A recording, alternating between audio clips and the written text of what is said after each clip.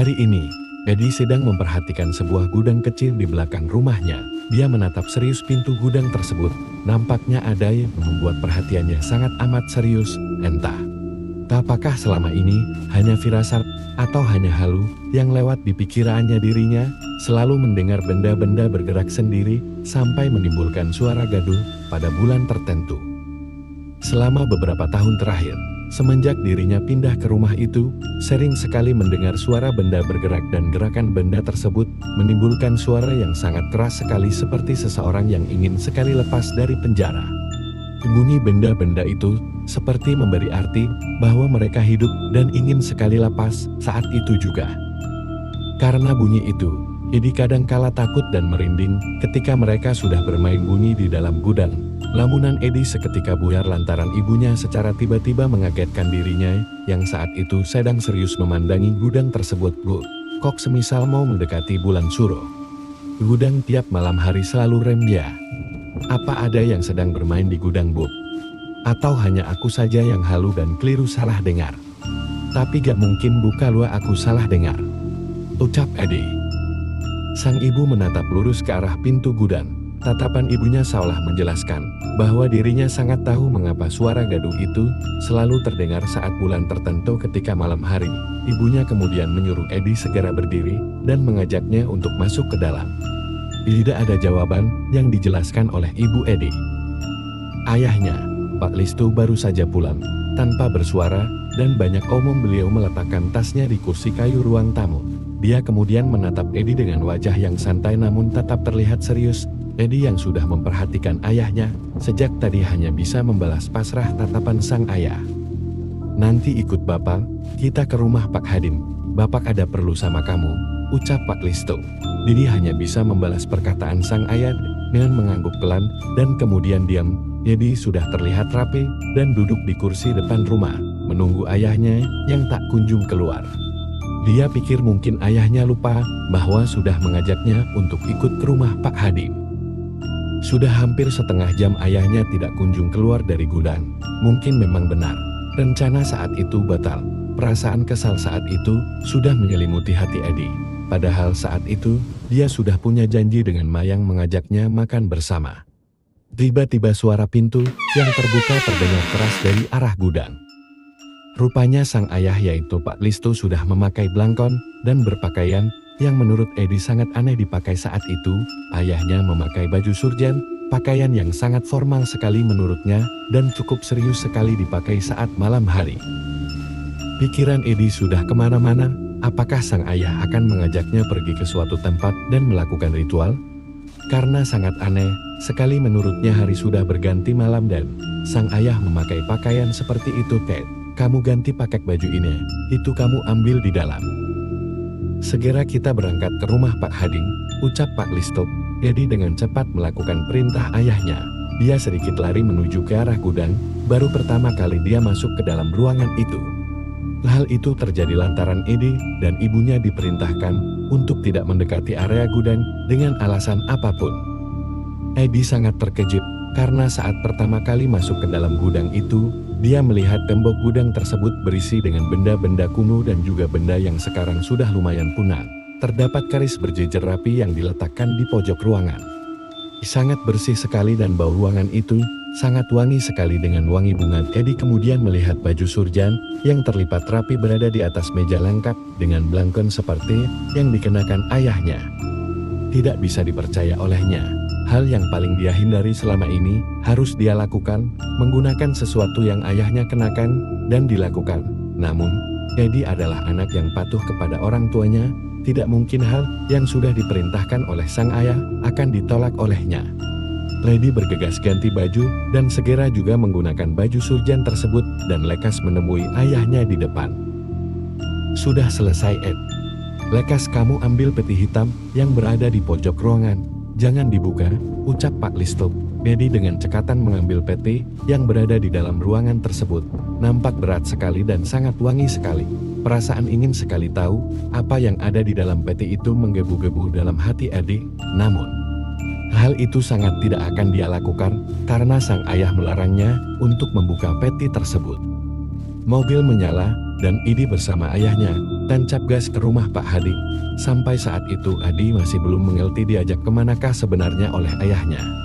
Adi memilih untuk tidak terbebani dengan rasa penasarannya yang tinggi. Hingga tiba di depan rumah Pak Hadim. Ayahnya dengan cepat turun dari mobil dan kemudian menyuruh Edi untuk segera mengambil peti yang dibawa tadi.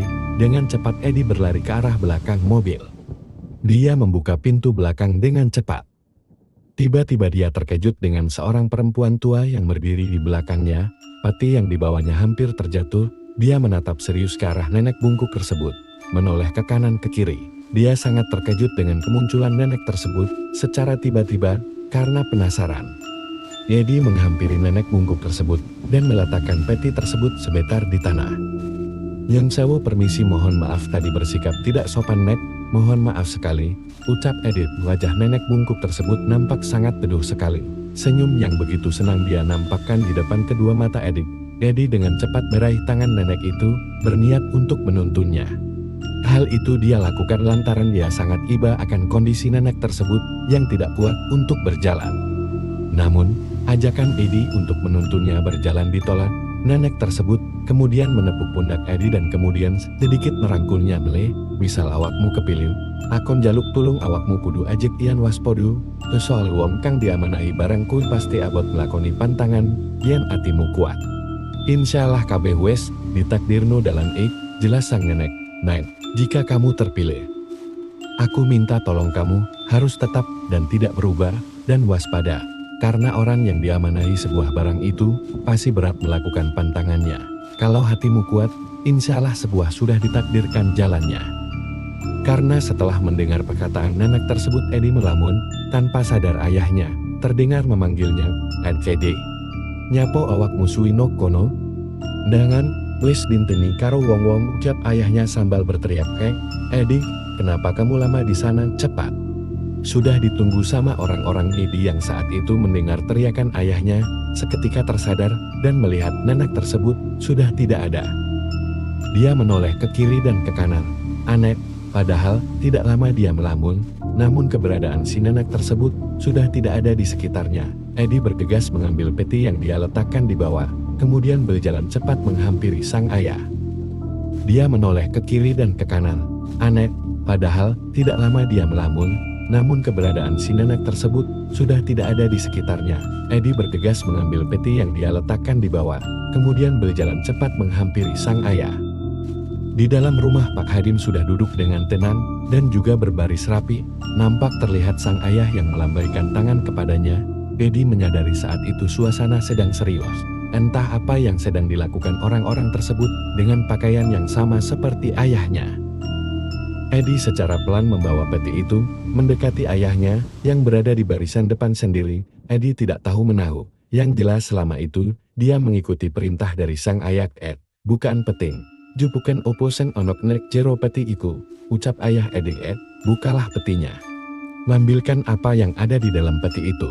Tanpa basa-basi Edi segera membuka peti tersebut, dan pandangan Edi seketika terkejut. Ternyata di dalam peti tersebut, terdapat sebuah keris yang lumayan besar dan juga sangat terasa kesakralannya. Hawa berbeda sangat dia rasakan saat memegang keris tersebut. Dia berikan keris tersebut kepada sang ayah dan kemudian ayahnya segera meraihnya. Ternyata saat itu adalah bulan Suro, di mana para penerus dari ras ayahnya melakukan ritual jamasan pusaka. Ritual ini berarti memandikan pusaka warisan dari leluhur, supaya keberadaannya masih terawat sampai generasi selanjutnya.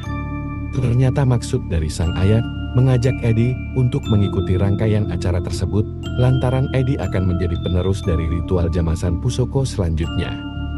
Edi mulai paham ternyata semua ini adalah cara ayahnya untuk mengenalkan proses yang dilakukan leluhurnya untuk merawat benda pusaka yang ditinggalkan.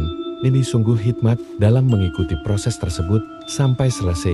Rupanya, di keris yang dia keluarkan dari peti tersebut adalah keris Nogorojo Kinata. Di tengah asiknya Edi memperhatikan prosesi acara jamasan tersebut. Terlihat nenek tua yang dia temui tadi berdiri di pojok ruangan yang agak gelap. Hanya ada terang dari lampu campluk yang terpancar di tubuh nenek tersebut. Edi tersenyum dan menunduk kepada nenek tersebut. Nampak sapaan jauh dari Edi dibalas dengan senyuman oleh nenek tersebut.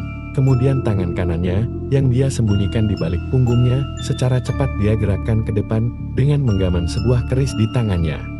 Eddie terkejut, lantaran keris tersebut, sama persis dengan keris, yang dijamas oleh ayahnya tadi. Eddie menoleh ke arah keris tadi yang diletakkan di tengah meja, kemudian secara cepat melihat nenek itu lagi, yang keberadaannya sudah hilang entah kemana. Eddie kemudian menoleh ke arah ayahnya, dan sang ayah membalas dengan senyuman. Kemudian mendekati Eddie, dan berkat pelan di dekat telinga Eddie, "Iku mengsing bok belok iku pengampinge keriskun. Jeneng Mbah Mulyo Arum itu tadi yang kamu lihat itu adalah pendamping keris itu. Namanya adalah Mbah Mulyo Arum." Seketika Eddie menoleh, dan bernafas panjang. Dewi terlihat sedang merapikan meja, yang berada di ruangan lantai 2. Hawa tidak nikmat sangat dia rasakan saat itu. Semua itu disebabkan lantaran lantai 2 tidak pernah dijamah oleh orang lain. Bahkan pemilik rumah itu juga sudah ngewanti-wanti jika tidak boleh ada satupun orang lain yang naik ke lantai 2 kecuali dia dan ibunya. Tiba-tiba sebuah benda terjatuh dari atas meja. Dewi terkejut. Nampak sikapnya kali ini tidak sama seperti setiap harinya yang berani. Kali ini dia cukup awas dan juga sedikit takut.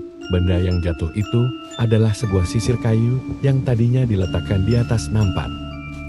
Dewi cukup penasaran mengapa ada bunga-bunga yang sangat harum sekali.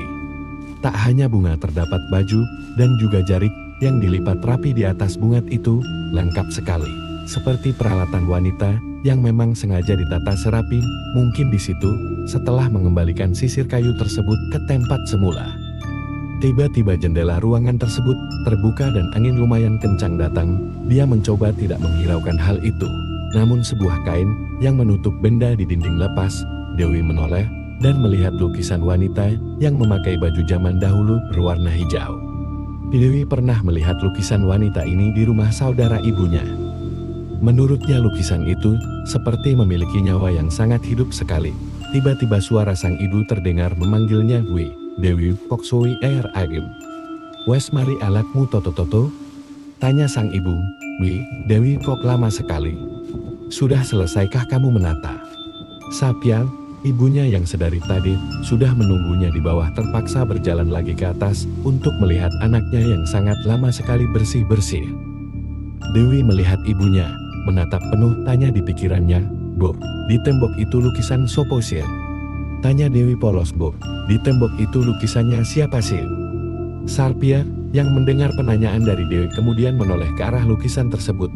"Bos, kamu jangan banyak tanya begitu. Kuingmu lukisan Ibu Ratu."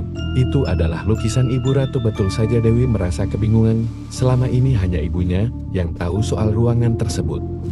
Dia diajak ibunya untuk ikut serta membersihkan ruangan tersebut. Masih beberapa tidak heran jika Dewi seperti orang bodoh melihat sekeliling ruangan yang menurutnya sangat amat menakutkan itu. Ibunya segera turun dan diikuti oleh Dewi. Nampak sebuah tumpeng besar sudah tertata rapi di atas meja makan. Dewi merasa dirinya belum tahu sama sekali bagaimana cara kerja di rumah ini. Sejauh itu masih mengikuti perintah ibunya. "Kamu bawa tumpengnya terus taruh di dalam motor. Jangan lupa kembang setaman ucap ibunya. Dewi hanya memperhatikan dan mengikuti perintah ibunya. Batinnya, mungkin jika mengambil satu saja tidak akan ketahuan oleh ibunya. Namun, saat dia menggigit telur tersebut dan mulai memakannya, rasa telur itu hambar, tidak terasa asin dan juga gurih, hambar seperti tak berbumbu, karena rasanya tidak enak dan hambar.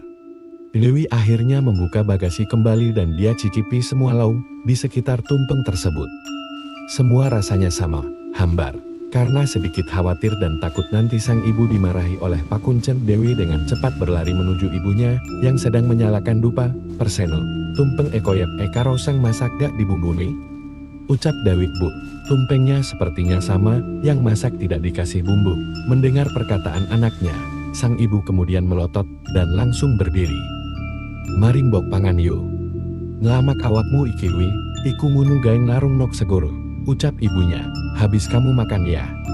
Gak sopan kamu ini yo." Itu dipakai untuk larung ritual budaya dengan sesajen di laut. Mendengar perkataan ibunya, Dewi terkejut lantaran ibunya tahu bahwa makanan di tumpeng tersebut telah dia makan sedikit.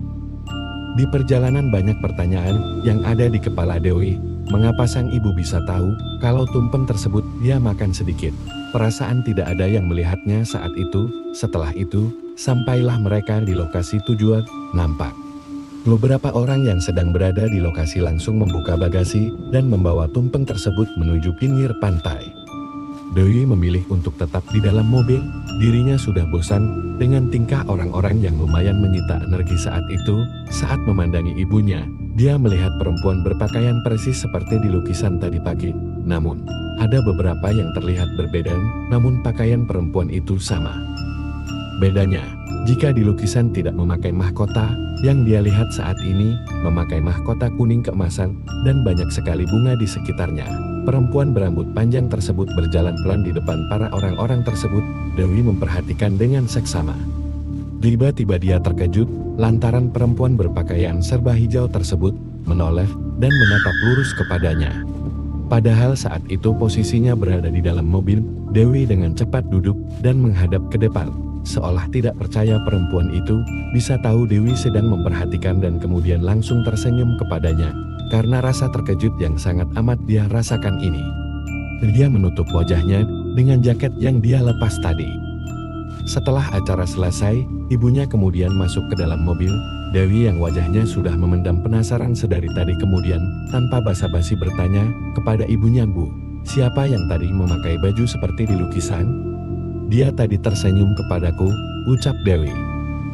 Ibunya yang mendengar perkataan sang anak segera melirik pelan dan memandangi muka sang anak. "Kamu bilang apa, Wi?" tanya ibunya. Dewi dengan santai menjelaskan bahwa dia melihat sosok berupa wanita berbaju hijau seperti di lukisan pagi tadi. Sontak ibunya kaget dan kemudian berkata tidak ada yang berani memakai baju hijau di pantai selatan kecuali si penghuni tempat tersebut, ucap ibunya. Seketika Dewi terdiam dan menelan ludah. Dia paham dengan perkataan sang ibu tersebut dan memilih diam sampai dia dan ibunya pulang dan segera tiba di rumah. Putri adalah seorang gadis yang berusia 15 tahun. Dia tinggal di sebuah desa pinggiran Kabupaten Malang. Sang ayah yang menjadi pemangku di desanya membuat Putri menjadi seorang anak yang hidupnya tidak jauh dari adat kejauhan. Pagi itu, Putri dan orang tuanya hendak pergi ke suatu tempat yang berada di atas gunung. Tidak jauh jika ditempuh dengan berjalan kaki, karena mereka bisa mengambil jalan pintas untuk pergi ke tempat tersebut. Putri mengambil sesuatu yang berada di dalam lemari, sepertinya sebuah dupa gunung kawi yang masih baru dan bersegel. Ibu dan ayahnya sedang duduk bersila di depan makam keramat, yang mana batu nisan dari makam tersebut ditutup oleh kain putih. Dewi memilih untuk tetap di dalam mobil. Dirinya sudah bosan dengan tingkah orang-orang yang lumayan menyita energi saat itu. Saat memandangi ibunya, dia melihat perempuan berpakaian persis seperti di lukisan tadi pagi. Namun, ada beberapa yang terlihat berbeda, namun pakaian perempuan itu sama. Bedanya, jika di lukisan tidak memakai mahkota, yang dia lihat saat ini memakai mahkota kuning keemasan dan banyak sekali bunga di sekitarnya. Perempuan berambut panjang tersebut berjalan pelan di depan para orang-orang tersebut. Dewi memperhatikan dengan seksama.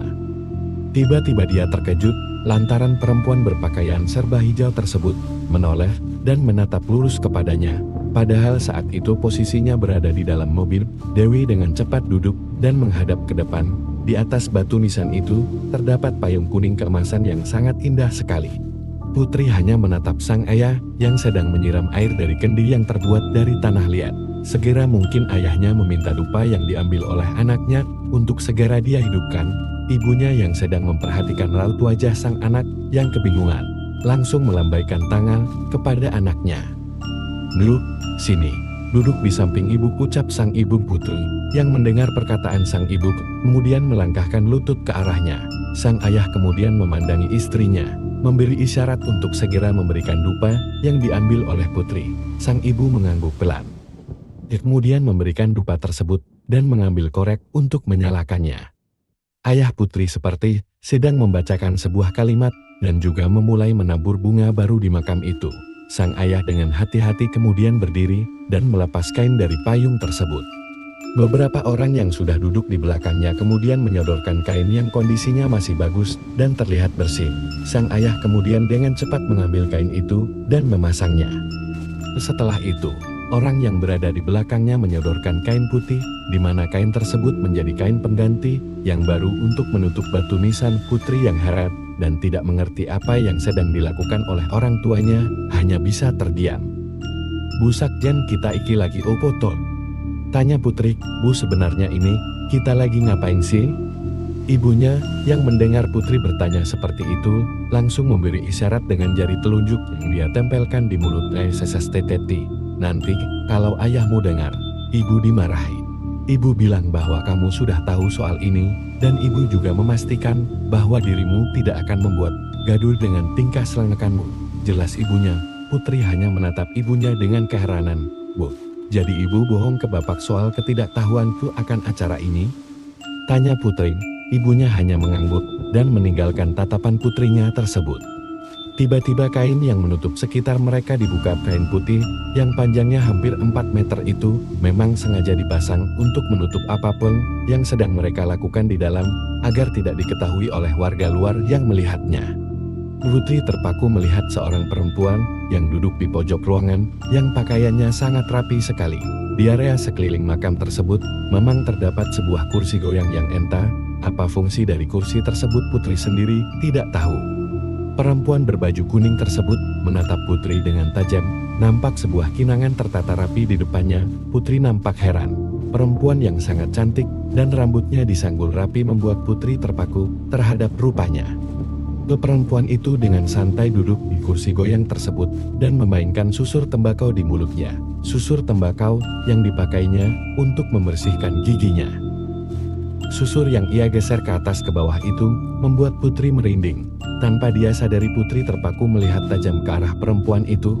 Tidak lama kemudian perempuan itu melambaikan tangan kepada Putri, memberi isyarat untuk mendekat kepadanya. Entah apa yang sedang Putri rasakan. Tubuhnya seolah bergerak sendiri untuk berdiri dan menghampiri perempuan itu.